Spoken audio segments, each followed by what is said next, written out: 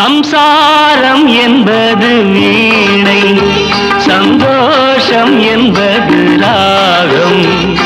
சலனங்களதில் இல்லை, மனம் குணம் ஒன்றான முல்லை.